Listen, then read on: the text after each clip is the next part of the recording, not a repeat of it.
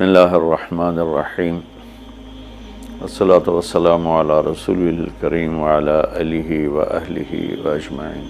معزز سامعین، میرے محترم بھائی بہن، دوست، احباب، بچے بچیاں، تمام اہل ایمان کو میری طرف سے سلام ہو۔ ہمارا نیا سال تو ہجری کے اعتبار سے ہوتا ہے تو وہ محرم ہو گیا ہے۔ ہر آنے والا سال ہماری زندگی کا بہت بڑا حصہ ہم سے چھین کے لے جاتا ہے اور ہم بے بس ہو کر اسے دیکھتے ہی رہ جاتے ہیں۔ دنیا کی ہر چیز پر ہم نے اپنے پہرے بٹھائے ہوئے ہیں، لیکن وقت اور زندگی جو سب سے قیمتی سرمایہ ہے، روزانہ ہم سے گردش دوران، سورج اور چاند کی گردش، دن اور رات کا ہیر اور پھیر، کہ ہماری زندگی ہم سے چراتا چلا جاتا ہے۔ اللہ کا غیبی نظام ہماری زندگی سے ٹائم کو، وقت کو گھٹاتا چلا جاتا ہے، یہاں تک کہ ہر آنے والی وہ موت کو گلے لگا کر اللہ کے پاس پہنچ جاتا ہے۔ تو نئے سال کے حوالے سے دو باتیں کرنی تھی۔ واقعہ کربلا کے حوالے سے تو میرے کلپ کافی چل رہے ہیں۔ ایک حدیث پہلے سناؤں گا، اس کے بعد دو حدیثیں اور بس۔ میرے نبی نے ارشاد فرمایا کہ علموا اولادکم القرآن ومحبتی ومحبت اہل بیتی او کما قال۔ میرے نبی نے فرمایا کہ اپنی اولاد کو تین چیزیں سکھاؤ۔ ایک قرآن سکھاؤ کہ قرآن زندگی گزارنے کا طریقہ بتاتا ہے۔ میڈیکل سائنس ہو یا انجینئرنگ سائنس ہو یا کائنات کا کوئی بھی علم ہو، وہ انسان بننا نہیں سکھاتا۔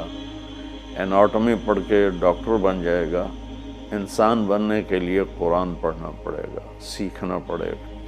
تاجر، سیاستدان، زمیندار، بادشاہ، بیگم، ملکہ، رانی، فقیراً فقیر، امیراً امیر، سب اس چیز کے محتاج ہیں کہ زندگی کیسے گزارنی ہے، اچھی زندگی جس پر اللہ بھی راضی ہو اور ہم بھی سکون سے رہیں، وہ قرآن ہے۔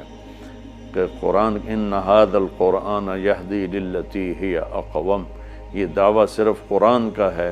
میرا اللہ فرماتا ہے کہ صرف قرآن ہی ہے جو تمہیں صحیح زندگی گزارنے کا طریقہ بتاتا ہے۔ ہمارے گھروں کی زندگی انتشار کا شکار ہے۔ شادی ہوتے ہی طلاقیں ہو رہی ہیں، طلاقوں کی ریشو بڑھ رہی ہے کہ والدین اپنے بچے بچیوں پر صرف پڑھائی پڑھائی پڑھائی، اور ہمارے پاکستان میں پڑھائی تو ہے نہیں، صرف کاروبار ہے۔ تو بچے بچیوں کو پتہ ہی نہیں ہوتا جب شادی ہوتی ہے کہ زندگی کیسے گزارنی ہے۔ ایسے والدین کو بھی نہیں پتہ ہوتا کہ ہم نے اپنی اولاد کو کس بنیاد پہ کھڑا کرنا ہے۔ تو قرآن وہ زندگی بتاتا ہے جس پر چل کر ہر بڑا چھوٹا، بڑی چھوٹی خوشگوار زندگی گزار سکتے ہیں۔ تو آپ نے فرمایا کہ اپنی اولاد کو قرآن سکھاؤ۔ دوسرا فرمایا وہ محبت، اور میری محبت سکھاؤ، کہ آپ نے فرمایا لن یؤمن احدکم حتی اکون احب الیہ من الناس وولدہ ووالدہ اجمعین۔ آپ نے فرمایا کہ اگر تم چاہتے ہو کہ تمہارا ایمان مکمل ہو تو میری محبت اپنی ذات سے، اپنے والدین سے، اپنی اولاد سے اور پوری دنیا کے انسانوں سے مجھے سب سے زیادہ پیار دو گے تو تمہارا ایمان مکمل ہوگا۔ تو اللہ کے نبی کی محبت کے بغیر ایمان کامل ہو نہیں سکتا۔ اب محبت کا کیا پیمانہ ہے، کیا معیار ہے؟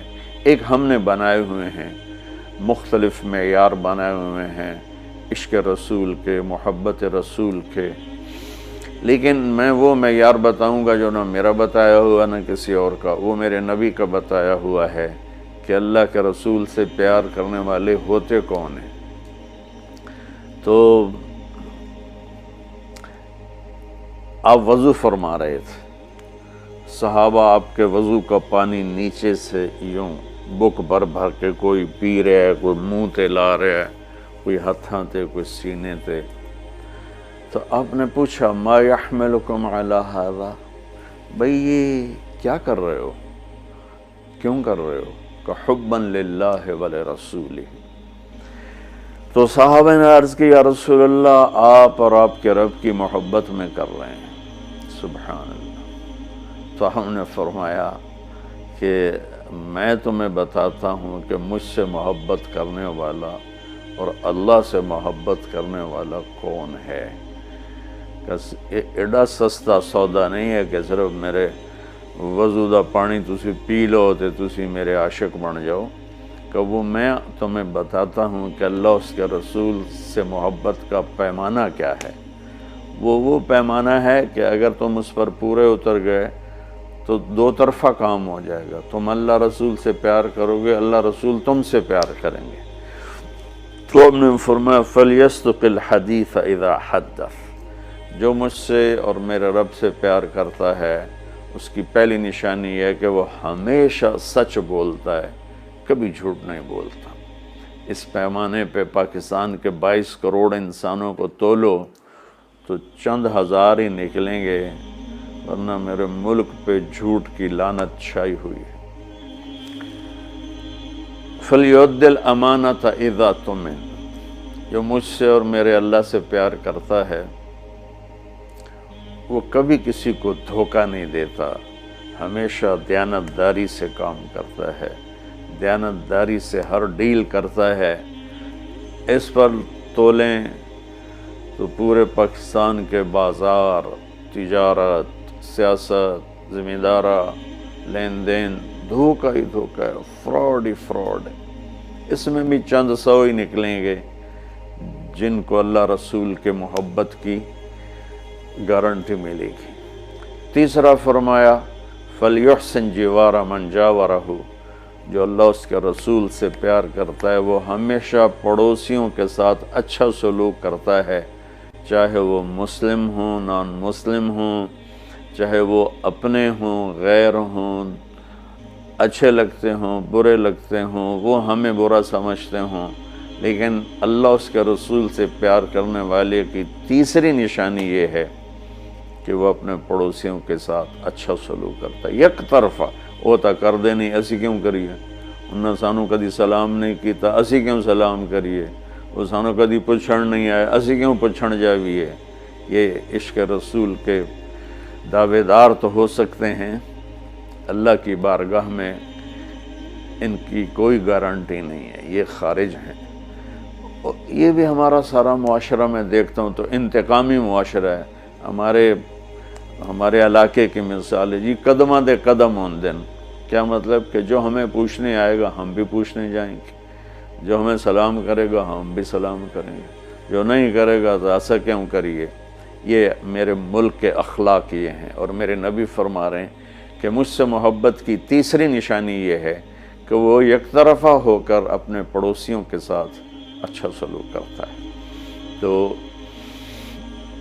اس حوالے سے نیا سال شروع ہو رہا ہے، ہم قرآن سیکھیں، اللہ کے نبی کی محبت سیکھیں۔ تیسری چیز فرمائی وَمَحَبَّةَ أَهْلِ بَيْتِ، اور اپنی اولاد کو میرے اہل بیت کی محبت سکھاؤ۔ سبحان اللہ، اس کے بغیر نہ ایمان مکمل ہے، نہ زندگی مکمل ہے، نہ راستہ طے ہوگا۔ کہ آپ نے فرمایا غدیر خم کے موقع پر جب آپ حج سے واپس تشریف لا رہے تھے کہ میں تم میں دو بڑی بھاری چیزیں چھوڑ کے جا رہا ہوں، اگر ان کو مضبوطی سے پکڑ کے رکھو گے تو کبھی گمراہ نہیں ہوگے اور مجھ سے ملو گے۔ خلاصہ کے طور پر ایک میری کتاب اور ایک میرے اہل بیت۔ تو ہم نے قرآن کے ساتھ بھی ناانصافی کی ہے اور اہل بیت کے ساتھ بھی ناانصافی کی ہے۔ درد سے کہہ رہا ہوں یہ بات، میں فرقہ واریت سے بالا تر ہو کر یہ بات کر رہا ہوں کہ ہمیں اگر ان کے گھرانے سے پیار نہیں ہے تو وہ کیا ایمان ہے اور کیسا ایمان ہے۔ تو اللہ اس کے رسول نے جو محبت کی نشانی بتائی ہے وہ بھی میں نے بتا دی، اور جو اللہ کے نبی فرما رہے ہیں کہ 3 کام اپنی اولاد کو سکھاؤ: قرآن، میری محبت، میرے اہل بیت کی محبت۔ تو آؤ بھائی، ہم اپنے ملک کے لیے بھی ایک اچھے پاکستانی بنیں، سچ بول کے، دیانتداری، محبت، ایثار، وفا، صحیح تولنا، صحیح بولنا، اور ماں باپ کی خدمت، بیوی کے ساتھ اچھا سلوک، اولاد کے ساتھ محبت۔ یہ سارے وہ چیپٹر ہیں جو اس وقت بالکل ادھورے پڑے ہوئے ہیں، اور صرف نماز پڑھ لینا اور حج عمرے پہ زور لگا دینا بہت اچھی بات ہے، میں کسی نیکی کی قدر نہیں گھٹانا چاہتا، لیکن اور بھی دکھ ہیں زمانے میں محبت کے سوا، راحتیں اور بھی ہیں وصل کی راحت کے سوا۔ اسلام تو ایک زندگی ہے، یہ تو چند مختصر عبادات پوری زندگی پر تو نہیں ہے نا۔ اس لیے میری فریاد سنو اللہ کے واسطے، علماء سے بھی کہتا ہوں، خطیبوں سے بھی کہتا ہوں، اپنا مسلک پیش نہ کرو، اسلام پیش کرو۔ اسلام ایسی خوبصورت زندگی ہے کہ اس کا خریدار آپ کو ہر انسان بنے گا۔ آپ سن لیں گے تو آپ کا احسان ہوگا، اب کر لیں گے تو آپ کی دنیا بھی بنے گی، آخرت بھی بنے گی، ورنہ فقیرانہ آئے صدا کر چلے، میاں خوش رہو ہم دعا کر چلے۔ وہ جو گیت تم نے سنا نہیں، میری عمر بھر کا ریاض تھا، میرے درد کی تھی وہ داستاں جسے تم ہنسی میں اڑا گئے۔ السلام علیکم۔